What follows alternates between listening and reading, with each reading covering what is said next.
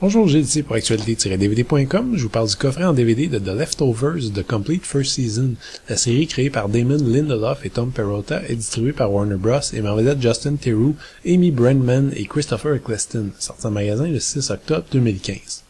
En un instant, près de 2% de la population humaine mondiale disparaît sans laisser de traces. Confrontée à cet événement inexplicable et dramatique, l'humanité bascule et tente de s'adapter à une réalité désormais étrange. 3 ans plus tard, un policier d'une petite ville s'intéresse à une sorte de culte qui prend de l'ampleur et qui se donne comme but de rappeler au monde une disparition que beaucoup tentent d'oublier.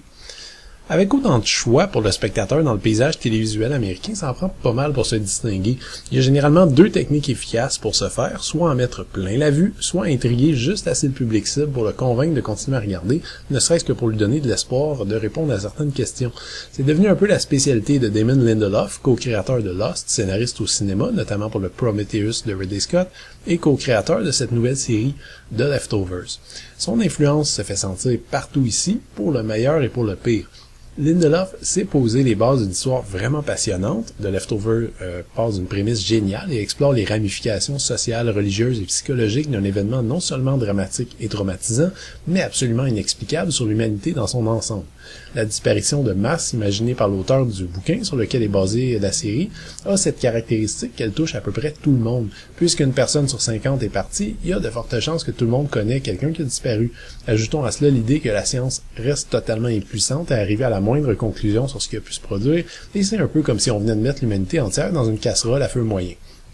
J'adore personnellement ce type d'histoire qui propose un simple changement dans notre réalité et décide d'en analyser tous les effets potentiels.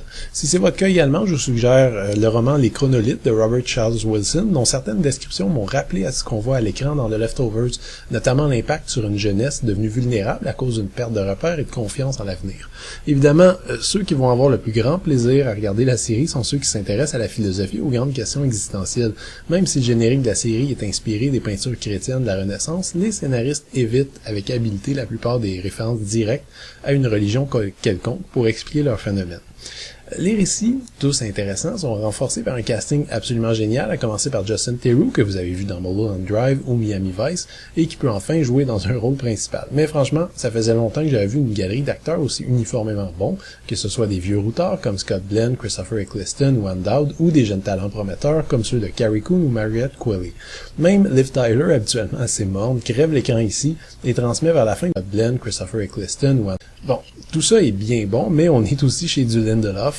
Tâchons de ne pas l'oublier. Attendez-vous donc à voir se multiplier les scènes étranges qui ne mènent nulle part, des sous-histoires qui envahissent rapidement le récit principal et évidemment la quantité innombrable de questions sans réponse. Pour cette première saison, les scénaristes ont pu au moins se fier au fil conducteur du livre de Tom Perrotta pour aboutir à une conclusion plutôt prévisible mais vaguement satisfaisante. Puisque l'entièreté du livre est contenue dans cette première saison, j'ai un peu peur que la suite ne permette trop à Damon Lindelof de partir en roue libre. Attention également aux spectateurs qui voudraient regarder ça avec leurs enfants, c'est définitivement une série pour adultes.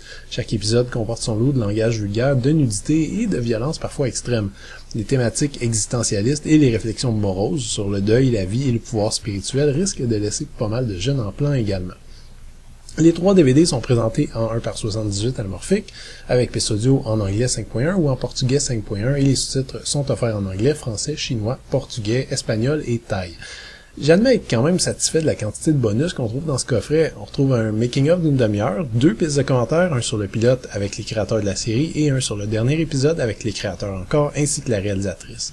I Remember est une featurette d'environ 15 minutes sur la genèse de la série et l'adaptation du livre. Living Reminders s'intéresse au culte, Guilty Remnants qui forme le cœur de cette première saison et Beyond the Book propose un aperçu de la 2e saison.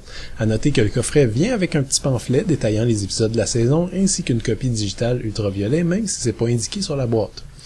Cette première saison de The Leftovers nous énerve autant qu'elle nous fascine, ce qui est peut-être pas surprenant quand on sait que le co-créateur de Lost est à la tête de la production.